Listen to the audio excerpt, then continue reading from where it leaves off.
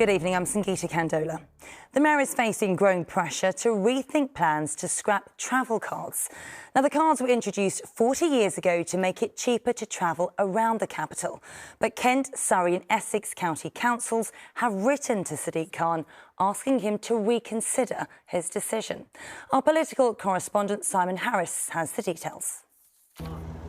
For 40 years, families like the Ullers have relied on travel cards to enjoy a day out in London. They get them at a discount when they're included in the price of a train ticket from their local station at Ware in Hertfordshire. But this cut-price travel perk could be coming to the end of the line. We use it every time we go into London because it gives us a lot of flexibility, and it's so convenient just to be able to buy the ticket one time.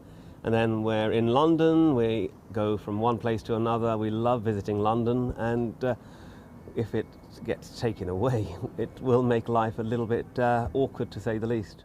An off-peak day travel card for zones 1 to 6 costs £15.20. But as an add-on to a rail ticket, it can be as little as £7, half the price. Which means instead of Karim and his family paying £59.20, the combined rail tickets and travel cards come to £42.90. The arrival of the travel card was regarded as a revolution in ticketing. There is a cheaper way to get to work. Get a travel card and stop throwing money down the tube. The day travel card was introduced by London Transport in 1983 to encourage more people onto the buses and tubes. But London Transport's successor, TfL, says it can no longer afford the £40 million a year it costs to subsidise the scheme. Around 15 million travel cards are used every year. Transport campaigners and business bosses warn London's economy will be hit by the fallout from the demise of the travel card. It could have quite a large impact. You may find that people don't travel into the capital as much, or that people come in less and then don't spend as much in the capital. It's going to have a big impact on the businesses that we represent. Hospitality, retail, cultural. It's very important that we can make it as easy as possible for tourists to come to the West End. City Hall says it's been forced to look for cutbacks as part of TfL's post-pandemic funding deal with the government. I had a meeting with the Rail Minister very recently to discuss the predicament, to say that it's a government requirement that TfL find additional revenue, and to ask him to work with his colleagues in government to come up with alternative proposals, and we're very ready to do so. Sadiq says that every time. It's always the government's fault. Actually, he is in charge of London, he is in charge of transport for London. It's his decision. Is it a train? 40 years ago, the London travel card was marketed as if it was from another planet. Don't thank me, ma'am. Thank Supercar. The one-day travel card. Today, the day travel card is no longer an alien concept, but it could soon be history. Simon Harris, ITV News, Ware. Billionaire Joe Lewis, whose family trust owned Tottenham Hotspur, has been charged in the US with orchestrating a brazen insider trading scheme. The 86-year-old is accused of using inside information to shower gifts on his friends and lovers. He denies the allegations. The police watchdog says it has launched an investigation into 6 officers after a 90-year-old black woman with dementia was put into a spit hood. The incident happened after a disturbance at her address in Peckham in May. And 2 Just Stop Oil protesters who were jailed after climbing the Dartford crossing are appealing their sentences. Morgan Troland and Marcus Decker caused severe gridlock last October. A nursery in the capital could close its doors for good after the landlord, a children's charity, says it needs to increase the rent. The Thomas Coram Centre serves children in Camden, including the most vulnerable and those with special educational needs. The charities say they want it to stay open and have blamed the council. Helen Keenan explains. A rent rise on a nursery school being imposed by a children's charity. A children's charity taking that away from the local neighbourhood for future generations of children that could actually learn and experience this is an absolute disgrace. I think it's disgusting. A foundation born from philanthropic sea captain Thomas Coram, set up to support children in London. The Thomas Coram Nursery School is the only local authority maintained nursery in Camden. When Thomas Corams gave the building, he said His promise was that children are always welcome. Then now that I'm hearing that the landlord's doing that, it's like it's kind of going against what the man wanted. My son has just finished here as well, and he is autistic, and here has been transformative for him. I like it so much. Why do you like it? Because it has so many things. Currently, the rent is £115,000 a year. Within the next few years, the landlord, the Coram charity, want to charge more than £240,000 a year.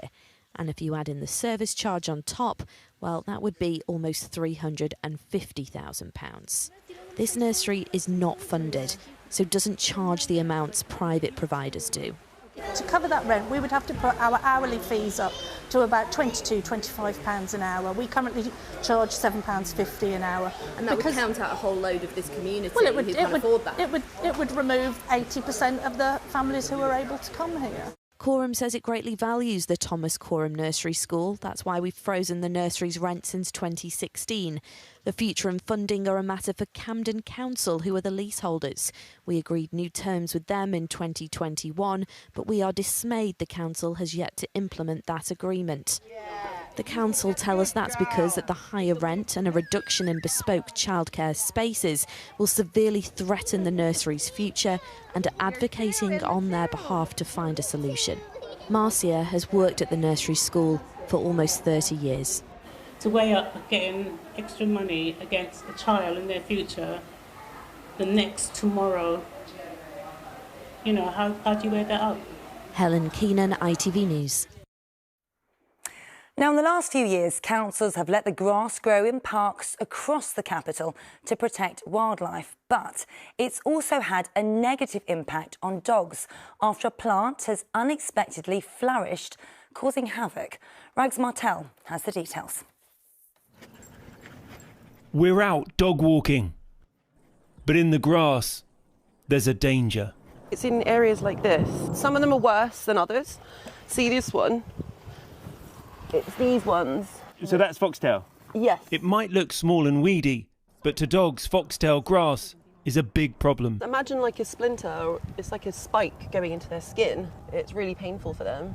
How bad is the problem? It's just something that's very pervasive. It's really hard to get away from it unless you walk your dogs on the lead on a pavement. In summer months, the last 2 months have been crazy. Like 3 or 4 of my clients have had to go to the vet in the last month, have expensive procedures to remove these things because they can be really dangerous. They can kill dogs. And what's the worst case you've known about? The worst case I know of is one that went into a dog's eye and they nearly were blind. And this is the problem. The foxtail is designed like an arrowhead, so once it pierces a dog's skin, it's very hard to take out, and that causes infection. So once that grass seed's inside the body, it stimulates what's called a foreign body response. So the body throws loads of white blood cells, loads of inflammation at the area, and actually quite often it will abscess. Inside ears, it's just very, very sharp and causes irritation. The dog shakes its head and tries to get rid of it, and it's very uncomfortable. Even can sometimes cause perforation of the eardrum, which is in turn a real issue. The foxtail problem for dogs is apparently getting worse because councils are letting grass grow longer to rewild green spaces. Which is great for wildlife and ecosystems, but unfortunately that means the grass seeds, and therefore there's a lot more of those around the parks that can lodge themselves in our dogs. Pause for thought after a walk and check for any unwanted foxtail grass. Rags Martel, ITV News. Right, it was a day of sunshine and then heavy showers. Let's see what tomorrow has in store. Here's Sally with the forecast. ITV London weekday weather is sponsored by Octopus Electric Vehicles. Car, charger and energy. Hello there, a very good evening to you. Hope you're keeping well. It's pretty wet out there tonight. And then tomorrow, a bit of cloudy day, damp at times, and also feeling quite humid and mild both tonight and tomorrow. So let's take a little look at the detail. Well, outside, we've got that rain tracking its way from west to east, quite breezy as it does so. Maybe some moderate to heavy bursts on it, but it gradually clears up by dawn. There'll be a little bit of drizzle around still. You can see on the higher ground the risk of some mist and fog as well. Our temperature's not dropping down too far, down to the low to mid-teens. so it will feel quite mild and muggy with all that moisture in the air. So tomorrow gets off to a bit of a gloomy and murky start, and I said there might be drizzle in a few spots. We are expecting the day generally to improve, a bit of brightness possible, but there is quite a bit of cloud still in the mix and the risk of a few showers popping up here or there as well. It's going to stay quite humid and our highs are reaching 19 to 22 degrees. Now, if you've got plans into the evening, we're hoping for some clearer spells, but there is still the chance of a few showers popping up. It does, however, as we move into Friday, stay cloudy, but look generally a bit drier. I'll see you later on. Good night. Sleep well.